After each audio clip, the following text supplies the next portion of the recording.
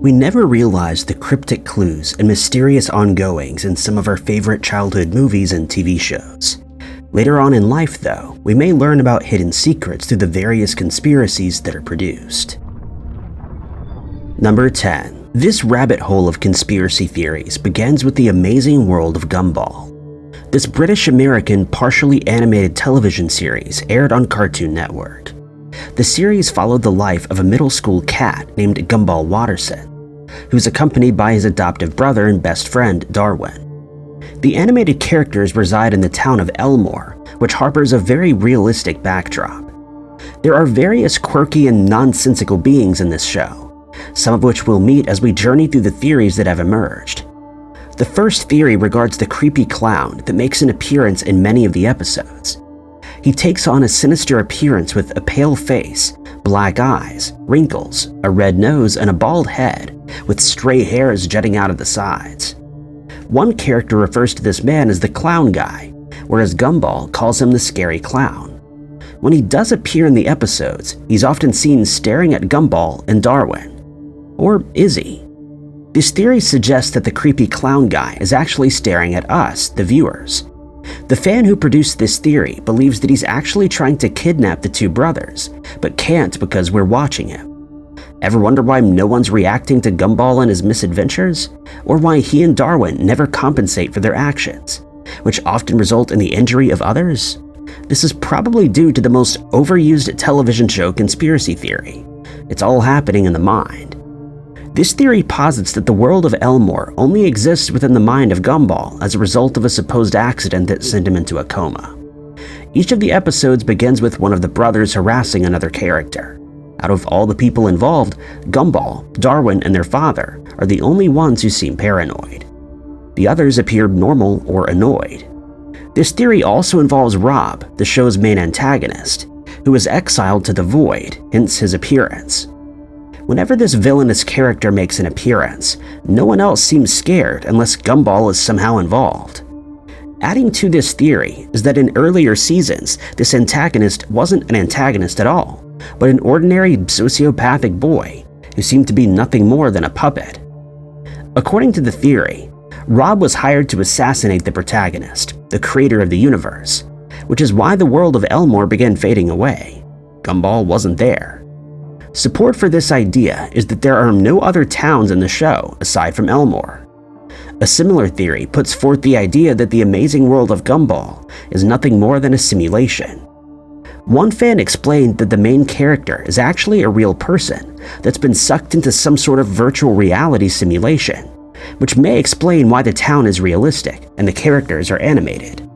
The theory refers to a time when the mother, Nicole, referred to the protagonist as Zach, his real name.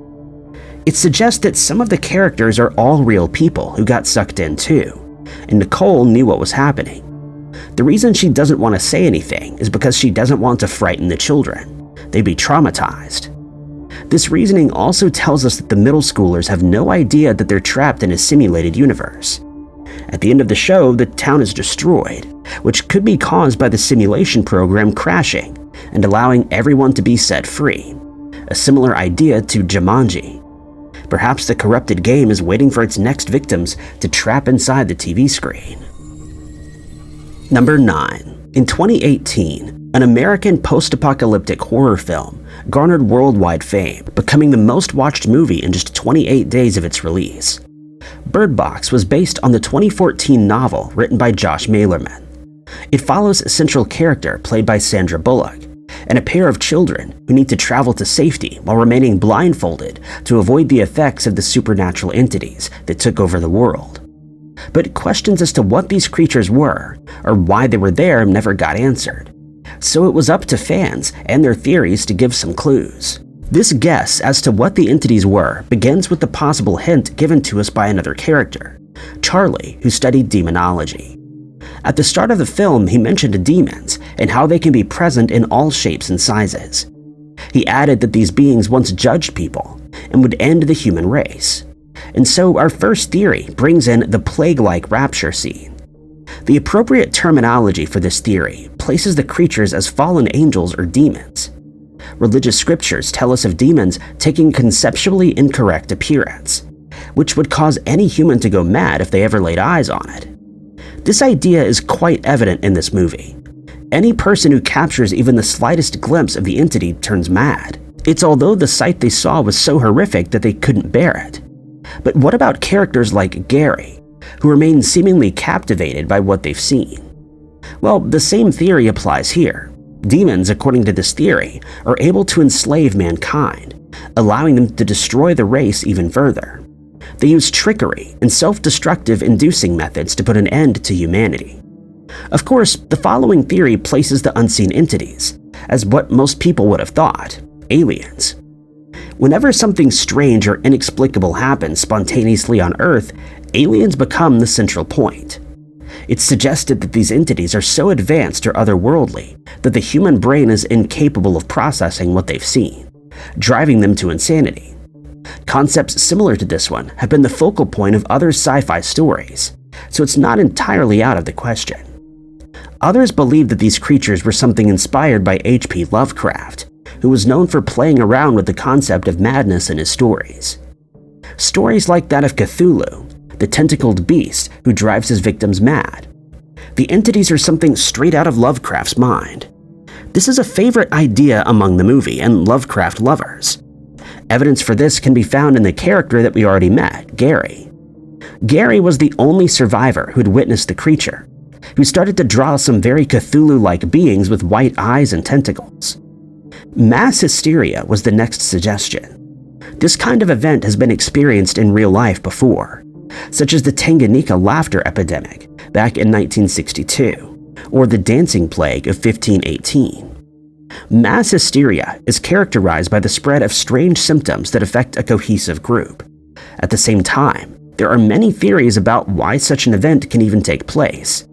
Thousands of well-documented cases exist, which makes this particular idea not too far-fetched when it comes to Birdbox. Number 8. True Detective is an American crime drama that premiered in 2014. This year, Season 4 was added to the list of What Did I Just Watch?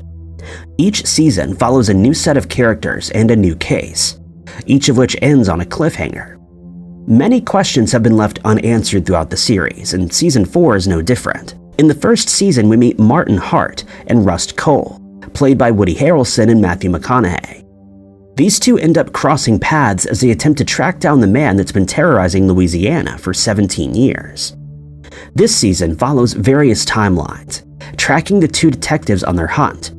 It begins in 1995 and jumps to 2012 when the case is reopened. Season 2 follows a similar course, where a bizarre homicide brings together 3 officers, each of whom is to navigate through a cage of conspiracies and betrayal that has scorched the California landscapes. Season 3 takes place on 3 different timelines of the macabre crime that took place in the heart of the Ozarks. One retired detective begins to look back on the disappearance of a child, after which he and a former partner are subpoenaed following a break in the case. And then we get to Season 4, the night country of Ennis, Alaska. In this season, we follow a strange event that befalls the 8 men operating the Salal Arctic Research Station. These 8 men mysteriously vanish, and supernatural forces are at play.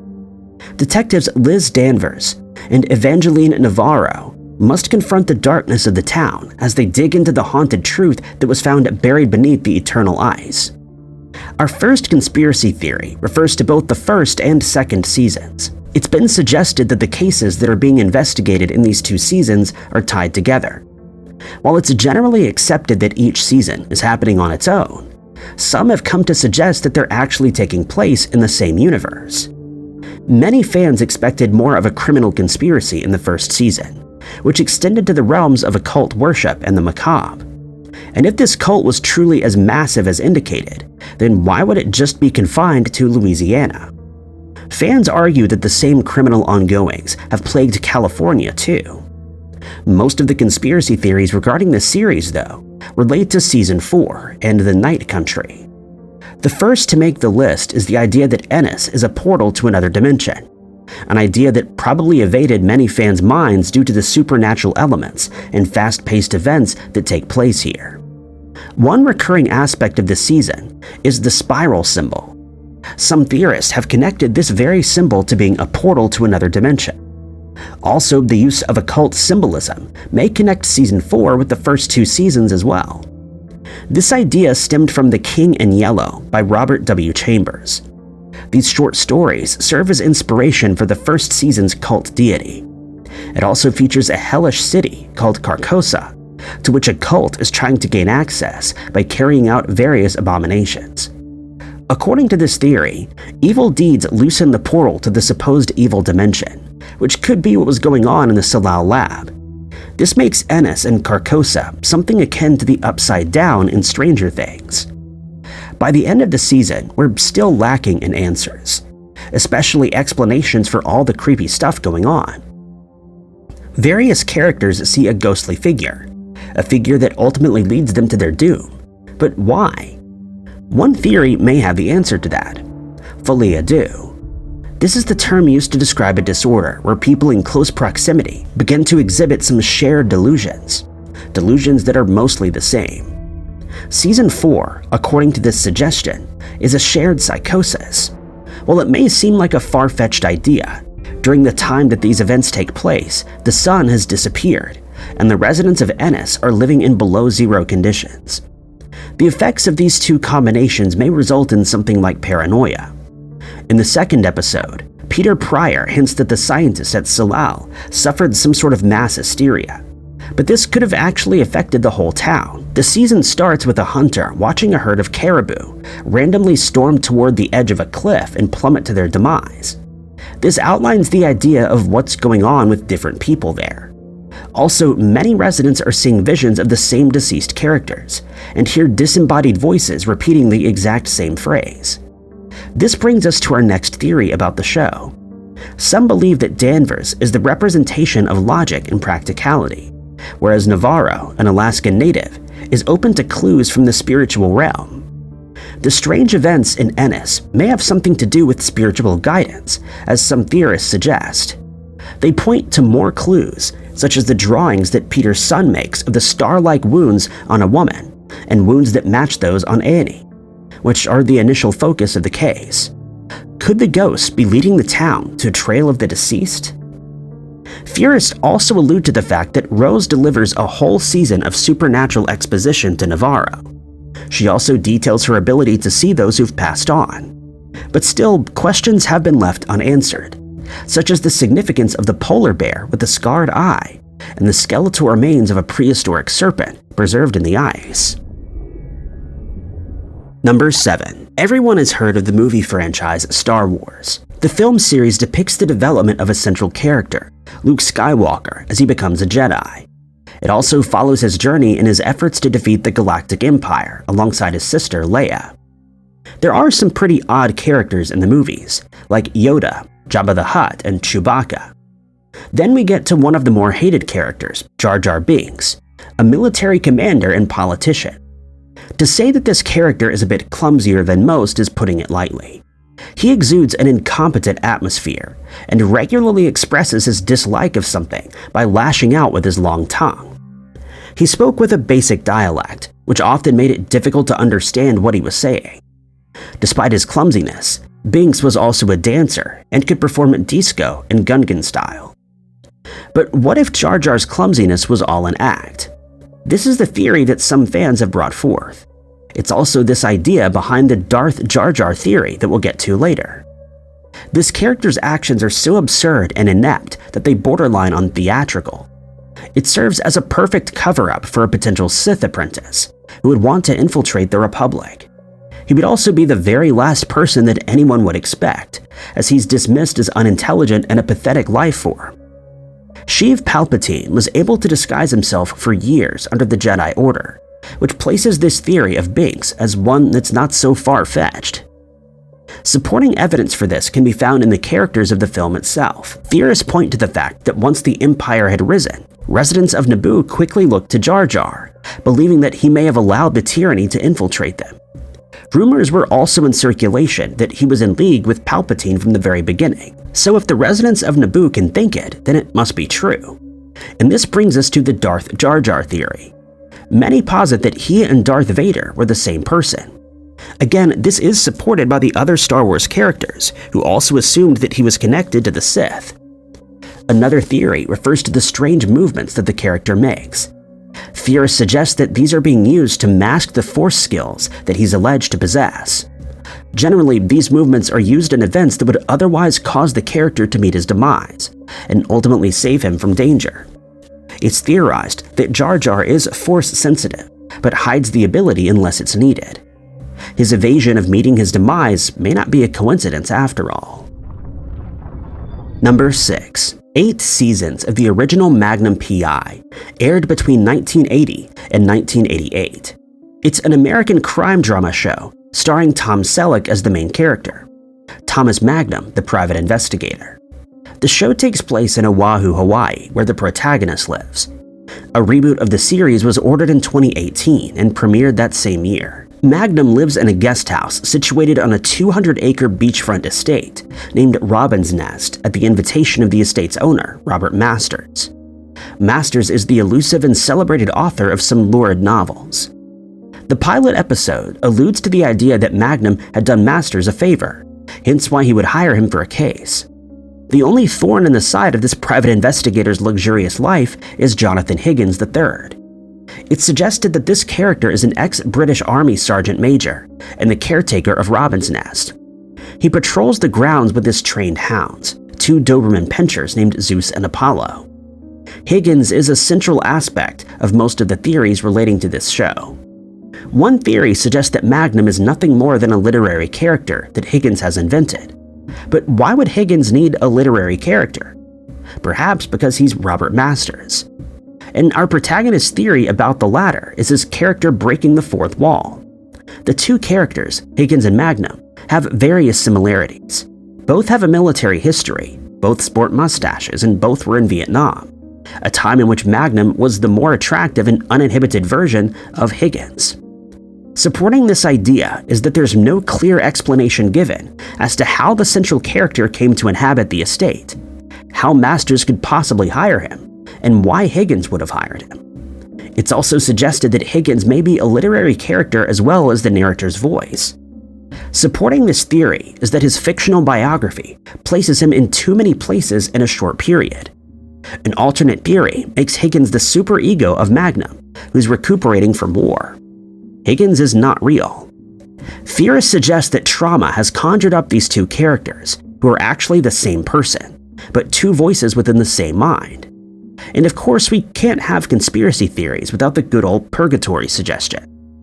It's been posited that this central character is in purgatory, and the demise he meets at the end is not real, but rather some sort of symbolism, after which he begins his life in the afterlife in the next season. One theorist suggests, though, that this purgatory playout is not Magnum's dream when he meets his demise, but rather the events that take place after he has passed. A few points support this theory. Magnum and his friends each wear a ring with the Knights Templar emblem. The central character wears dress whites as he goes to the base to rifle through files, seemingly drawing no attention. He also ends up on an amazing island with his 2 friends from Vietnam. Magnum is never allowed to enter the mansion and is hindered by a gatekeeper, Higgins, and his 2 hellhounds. The private investigator's mission is to finish up some good deeds, and it's often inflicted with ghosts of his past like Mag. Also in Season 8, he joins up with his daughter and girlfriend, both of whom are deceased. Each of these points makes the show seem a little off, or maybe the theorists are reading too much into it.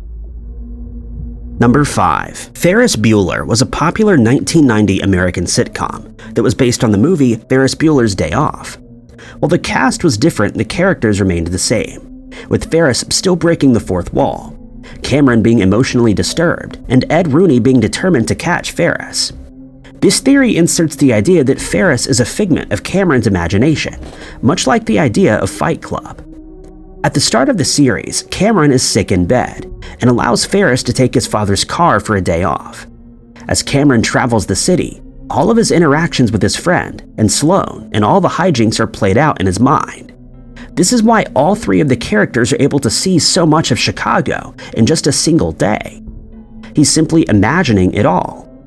Evidence for this can be found in the Save Ferris message that's all over town, According to theorists, it's a representation of Cameron's wish to have someone who would care about him. His father is incredibly controlling and sometimes hostile, so it's not out of the realm of possibility for the boy to create his very own popular and outgoing friends to make his life seem a bit happier. By the end, Sloane is happy, and Ferris narrowly makes it home, endings that seem to resemble that of a storybook. This was Cameron's way of wrapping up his friend's story. It's also this character that trashes the car and realizes that he must face his father. He blows off his friends when they offer to take the blame for it. He blows them off because he no longer needs imaginary friends to help him cope, because he would be standing up to the hostile man of the house. This also explains how the three are able to see the city in a day. Ferris is likely based on a popular classmate at Cameron's school, while Sloane is the girl he has a crush on. A similar but alternate theory is that Ferris Bueller's day off was nothing more than a fever dream, again pointing out the fact that the character was sick in bed. This alternate suggestion can also be said for the series. The next two theories regarding Ferris Bueller refer to a movie in which Charlie Sheen played Volbeck. Both of these theories also refer to the actor. One theory is that Sheen's character is an older Bender from the Breakfast Club movie. It's been implied that these two movies existed within the same universe. Adding support for this is the fact that both characters are good with the ladies. Their personalities are also somewhat similar. Similarly, Sheen's character as Ricky Vaughn in Major League and his character as Volbeck in Ferris Bueller's Day Off is the same person, according to some theorists. In the Major League, we've been informed that this character pitched in the California Penal League. He also served as a juvenile delinquent and had a bad reputation. 3 years before this, though, we see Sheen, an unnamed character, sitting in the police station in the Ferris Bueller movie, giving Jeannie a hard time. Later, we learn that this is Volbeck. While we never get to see the back of his head, theorists believe that he would be sporting a Vegematic hairstyle. Number 4. Star Trek was one of the most popular series of all time. The American science fiction show ran on NBC for 3 seasons from 1966 to 1969. It became one of the most popular bands in the entertainment industry. The series chronicles the events that take place aboard the USS Enterprise, whose crew has embarked on a 5-year mission to explore space and seek out new life. It takes place in the 23rd century after an alien society, the Vulcans, introduced their advanced technology to Earthlings. The ship is commanded by Captain Kirk, who's accompanied by his confidant, Mr. Spock. The venture through the conspiracy theories regarding the series begins with the transporters. Some theorists believe that the transporters, a fictional teleportation machine, don't just move people or objects from one place to another. The idea behind this machine is that it converts the person's matter into energy, transports them, and then reconstructs them. But many believe that those who are making use of the machine are actually being destroyed, along with their conscience. It destroys the existing individual after making a copy of them. That copy is what's being produced on the other side. What this means is that each character that's used this machine is a copy of a copy of a copy. Adding to this theory, some believe that Section 31 makes use of the transporters to copy people intentionally. We learned in Season 6 of Star Trek: The Next Generation that under the correct circumstances, a copy of a person can be produced using the transporter. Such circumstances created a replica of Will Riker, who would later become known as Thomas. Fans posit that the clandestine agency used this tech to make copies for reasons unexplained. It was also speculated that such a machine and the creation of a double were used to fake the passing of Luther Sloan. Then we get to one of the oddest theories involving Star Trek, and that's Spock, who's believed to be a descendant of Sherlock Holmes. In the 1991 Star Trek: The Undiscovered Country, Spock states the following, saying, quote, "As an ancestor of mine once said, once you've eliminated the impossible, whatever remains, however improbable, must be the truth." This is believed to be a reference to the second Sherlock Holmes novel, the 1890s The Sign of Four, written by Sir Arthur Conan Doyle. It's believed that the line that Spock references was quoted from something that Holmes said in this novel.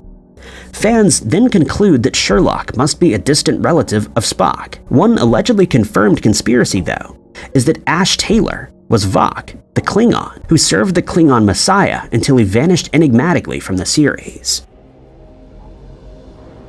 Number 3. Harry Potter is a film franchise based on the novels written by J.K. Rowling. It centers around a boy who learns that he's the orphaned son of 2 wizards. He's accepted into the wizarding school where he embarks on adventures while he tries to save the world from the villain, he who shall not be named. Engaging in this adventure are Hermione Granger and Ron Weasley, the boy's 2 best friends. This conspiracy trail begins with one of the forbidden curses, Avada Kedavra. Theorists paint an entirely different picture of the origin of this curse, believed to have actually been derived from the word abracadabra, meaning let the thing be destroyed. The curse was actually once used to cure muggles of bacteria and viruses. It was a healing spell, according to theorists. We know that the curse has to be said with a particular intent, and the supposed intent was just to rid the human body of muggle ailments. But the relations between the wizarding world and the mundane weren't as peaceful as they ended up being. The people constantly persecuted the wizards and witches, ultimately ending in a severe course of action. Dark wizards probably already figured out that the spell could be made stronger using the correct intent. They just needed a reason to use it. This would later lead to the Statute of Secrecy, and a clear divide was placed between those 2 conflicting worlds. Or everything was really just made up by Harry, as the next theory suggests. Fans believe that Harry, deprived of food beneath the staircase, began to hallucinate the events, going on magical adventures, seeing his parents and having friends. According to another belief regarding the last 2 installments, well, it refers to 3 magical artifacts: the Cloak of Invisibility, the Resurrection Stone, and the Elder Wand. By the time we hear of these 3 artifacts, viewers and readers are already acquainted with a different 3, the Pensieve, the Veil, and the Mirror of Erised. This led many to believe that there are 6 items altogether. The last theory regards Malfoy, and there's even a website dedicated to this theory called Draco Malfoy is a Werewolf. Evidence for this stems from the character's development in later books. In the 5th and 6th books, Lucius Malfoy fails to retrieve the prophecy as he was instructed to do, and so Voldemort allows Fenrir Greyback to chomp down Draco. Number 2. In 1978, the American sci-fi series Battlestar Galactica was released. The series centers around a period where humanity has set out for space and populated 12 planets into colonies of their home Cabal, in a distant area of the galaxy that no one has been able to find. In this time, humanity has seen some drastic technological advancements and has created robots with minds of their own. These humanoid robots are referred to as Cylons, who rebel against humanity. After a war, the 2 sides agree to go their separate ways, but 50 years later, the Cylons return, this time with advanced models that appear human. They quickly eliminated most humans, forcing the rest to flee into outer space. This particular rabbit hole of conspiracies begins with the Lords of Cabal. In BSG, the colonists started a religion similar to pantheistic Greek. They worshipped 12 individuals called the Lords of Cabal, each representing one of the 12 original colonies. Throughout the series, we learn something about these beings through the priestesses, Elosha, and the finding of Cabal. Theories abound about the Lords questioning whether or not they really are aliens that take on human-like appearance from the original planet. This theory stems from the small amount of knowledge we have regarding the original planet and the artifacts that the gods have left behind. Artifacts like the Arrow of Apollo and the Gates of Hera. The Lords don't deny the existence of the artifacts, but do deny that they are divine objects. There isn't a whole lot of supporting evidence for the theory, though. But the idea itself makes some sense and is widely accepted by fans. Many theories relating to BSG center around one particular character, Starbuck. She quickly became a loved and iconic character, which is why her passing was one of the more heartbreaking ones. But the showrunners unexpectedly revived her later on with no explanation, and fans quickly hopped on board the conspiracy train about the new Starbuck. Many believed that this character was a Cylon creation, perhaps even some kind of hybrid.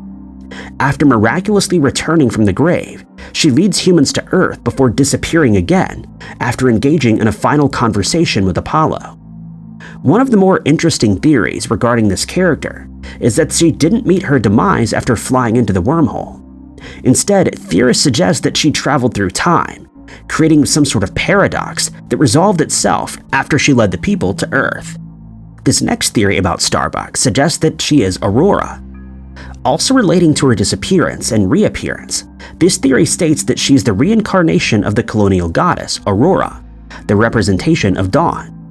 There are many points littered throughout the show supporting this idea. When she visits an oracle, she's given an icon of Aurora, which is later given to Admiral Adama to be placed as a figurehead for his model ship. Starbuck receives this item when she returned and is regularly seen playing with it while trying to figure out where Earth is. Starbuck's disappearance in this case has been interpreted as her purpose being fulfilled. After this fulfillment, she then returns to heaven according to the theory. Number 1. Inception is a science fiction action thriller film that hit theater screens in 2010.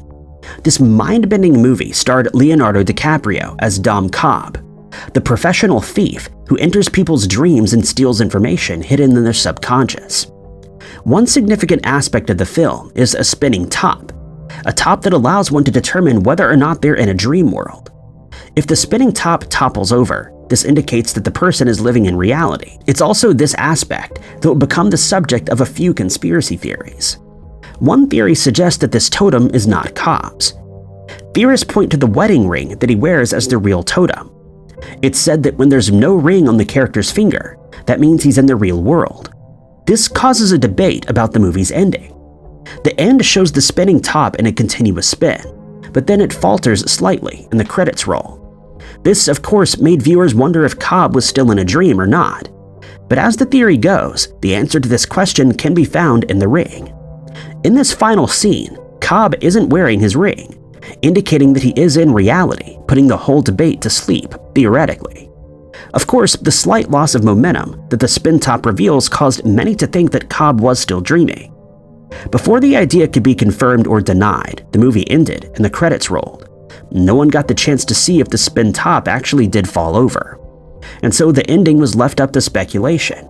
Another theory regarding the central character is that he is the one really stuck in the dream, not his wife. The idea that Mal is trapped within the dream world is supported by the fact that it's told from Cobb's perspective. Some evidence, though, suggests that Mal made it out of the dream and that her partner needed rescue. She realized that living a fake life in someone else's mind was not the life she wanted, so she frees herself. This means that all of her appearances throughout the rest of the film are an attempt to rescue her husband from the corners of his subconscious. The reason he's unable to realize that he's in a dream is because he's in denial. Essentially, Cobb has to realize that he's still dreaming all on his own, otherwise he can't wake up. This makes him the true target of the movie, where Inception must be performed on him to convince him that he's not in reality. It's also suggested that he intentionally forgot his actual totem and made up an elaborate story for taking Mal's. He uses the spinning top to fool himself into believing that the first level dream state is reality. Thank you guys so much for watching. If you liked this video, be sure to hit that like button. Also, don't forget to subscribe and click that notification bell to keep up to date with all of our future uploads. But my name is Ty Knotts, and I'll catch you guys in the next video.